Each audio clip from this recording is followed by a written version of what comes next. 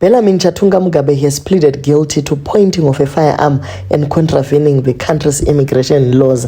Ukuwo Tobias Matonodze has pleaded guilty to attempted murder, defeating ends of justice, illegal immigration, possession of ammunition. Saka vari kuti ivo tinokumbirawo a non-custodial sentence as well as payment of a fine. Welcome back to your channel. Please don't forget to like and subscribe. Zvinhu zvacho zvino confuse. Saka ngatimboedzai understand.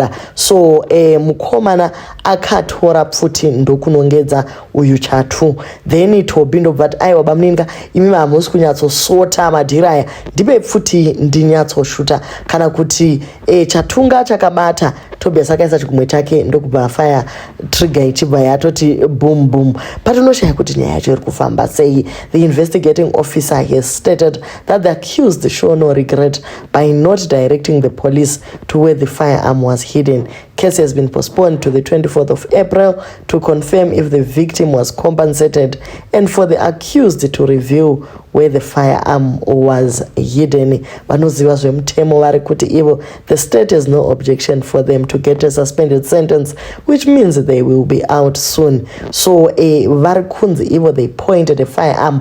Which firearm? Your firearm yakashaikwa panzvimbo. Pastatements aya hasi complete kuzviko zviri kuitika. Kuzoita ubamnini vekupfurwa vaya vatoshamisika kuti kupfurwa kupi kwacho risiri ronda rinoratidza kuti vakapfurwa denya yacho yatongoshaya value.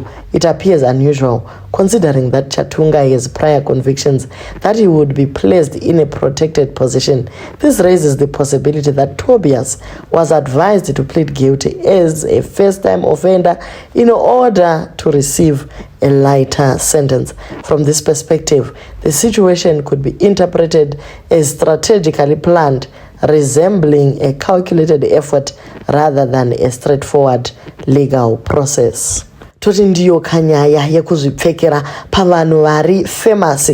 Unozongosara nenyaya wongopromiswawo ka good life afterwards. Strategy iyi Tobias, since he is the first time offender panyaya yese iyi, judgment will be light, then mukomana yake nyaya inogona kutova walk over kana kuti mombopiwa Tobias Matonodze otombopinda mukomana okwira ndege oenda kumusha kuzoburitsa Tobi haisi nyaya nekuti haasi munhu ari famous. Nyaya iyi is not adding up at all. Chatunga anopointa nepfuti, then the other guy anouya obva pull a trigger. He took a fall for his cousin. Money can really buy everything. Chatunga will be fined and Matonodze will go to jail. How come, guys? So there were two guns. Umwe akapointa, umwe akashuta. Alright, so what happened? If Chatunga pointed a gun, so his cousin is the one who shot the garden. So it means there were two guns. Or he used the same gun which Chatunga used to point the victim. Cut guys. Nyaya kutomboedza kunzwisa kuti nyaya iri kuenda nekupi ingatozotikanganisa, asi chatiri kuziva ndechekuti pachachemwa uye pana achanyora. Musakangamwe statement rakambotaurwa naChatunga kuti kana ukatamba neni tikasungwa usacheme. Tobias has taken the fall. Vedweka, let's hope whatever it is vakapromisana will follow through.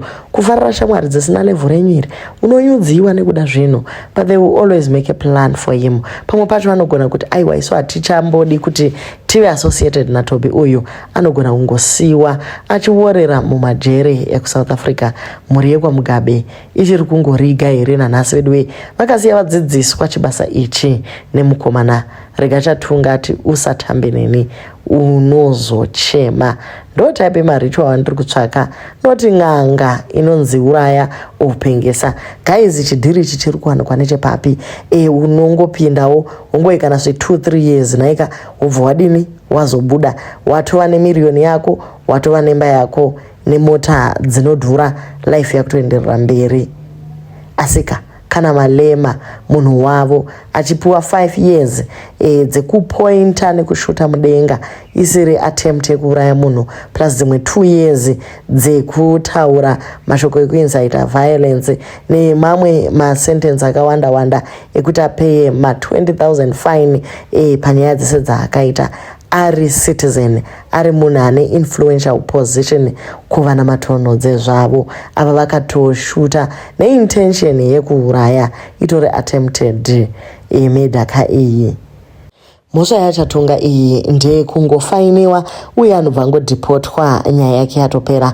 Anonyura ndeuyu wekuatempta kuuraya, kuti vachapabuda ipapa kuti vachangobhadhariswa faini imikani zvinhu zvacho. Ameno kune vanoziva zvemutemo, please tinyorereiwo muchitaurawo mafungiro enyu. Kune vasingangoziviwo zvemutemo vanenge chero mafeelings anongoshanda zvakare, tiise macomments edu. Thank you guys so much for watching, and please don't forget to share, like, comment and subscribe.